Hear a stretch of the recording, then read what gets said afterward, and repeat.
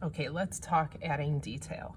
So now that you have your basic structure done, your basic shapes, you're happy with the layout, you're happy with how proportionate everything looks and it fits on the page, now we are going to start to look at our ellipses and start to create forms out of our shapes.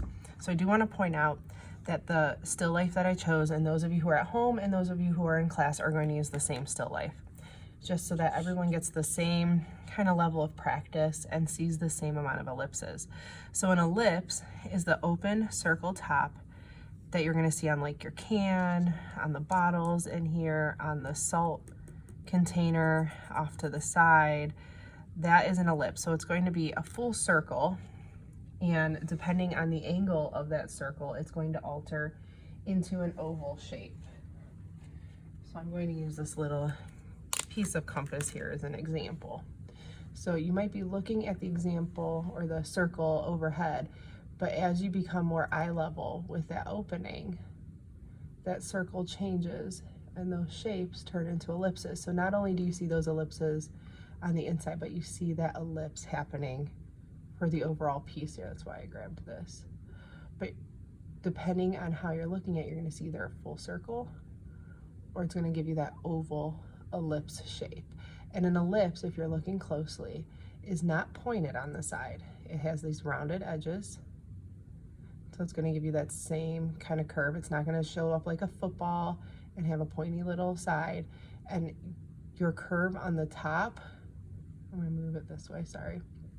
Your curve on the top is going to match your curve on the bottom. So you're going to get that same shape.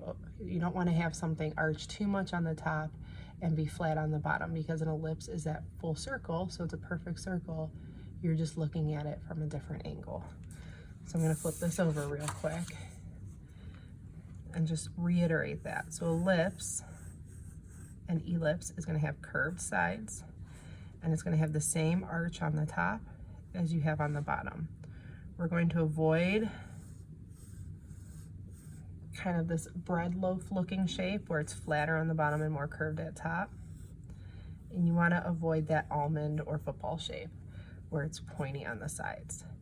So the width of your ellipse depends on how much you see it. So if you look at the still life that we're drawing, you're going to see much more of the inside of this cup because you're looking more above the circle, versus this jar, which has a very, very, very skinny one, if you look closely at the picture, because you're just about eye level with the top of that jar.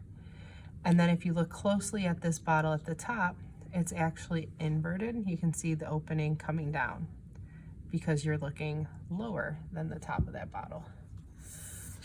So we want to make sure when we're drawing our ellipses that we have those really nice even circles. It's going to help us with our perspective of our piece. So what I like to do when I draw an ellipse is go over it a few times, really get the shape I'm looking for. And then once I find that shape that I like, this is when I'm going to clean it up and really get a nice crisp edge.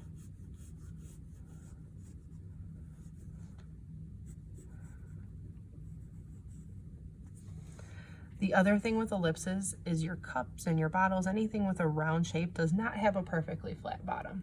So you don't want this to be a straight line down here. Typically, depending on the size of the jar, this curve at the bottom will be similar to the curve at the top because it is a round bottom. So I do want to curve the bottom of my mug here. The sides, however, are straight. And there's a little bit of a lip, so I'm going to add that in here.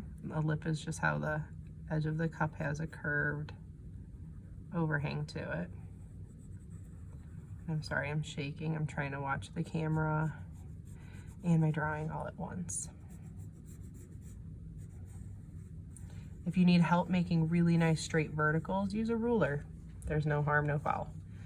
And then I'm going to add in and follow that shape, that triangle shape that I drew. I'm going to draw in my handle. I'm going to try to look at that angle that I'm drawing here, make sure that I'm making it as close to the original as I can.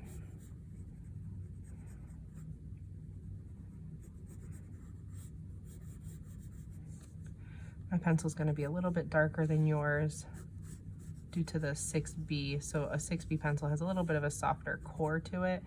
It runs out a little bit faster. It's really good for dark shading. Gives you some of those really harsh lines. But I like it for this so that you can see it from at home or while you're here in the classroom. So I have my cup. I notice I did not draw here because of the flower. So I'm going to come in here and I'm going to draw the flower, and I don't see the whole outline of the flower. So if you don't see it, don't draw it. You don't want to make things up in your artwork. So now I'm just going to kind of lightly start to draw out some of these petals. I know they're not going to be exact right now. This is just me getting an idea of where these petals all need to go, since there's so many of them and they overlap. But even here, you can break things down into really simple shapes. Break them down into little ovals, or this one kind of triangle, or circle, even a comma if you want to get really technical, because it has that little hook if you looked at it sideways. But break it down into really simple shapes so that you know what you're looking for and you have all your spacing. Because if you do really nice petals halfway and then realize you did too many or too little, it's a lot harder to fix.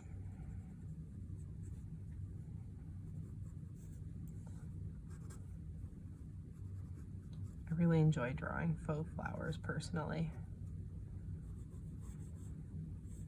And if you have to count how many petals you did, that's cool too. This is a learning process for everyone. All right, that looks pretty good. And now I'm going to come in here, really look at the shape of those petals, and start to draw them out.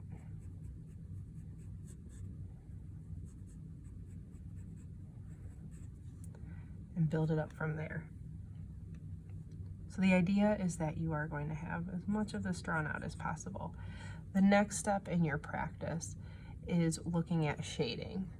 So you're looking at where those different values are. And while yes, these are dark and this is lighter, it's not the only value that you see. If you look within this cup, you'll see that there's some really nice light. If I had a value scale, maybe a 1 kind of color in here, really light, barely touched, similar to this. And then there's some really dark values, like a 3 or a 4. So we can go over that again a little bit later. And I will post another video on finding your values and mapping your values later this week, because I really want you to get started on your drawing. But find those basic shapes, kind of build up your still life, and work on your composition. So work on how you fill up your page.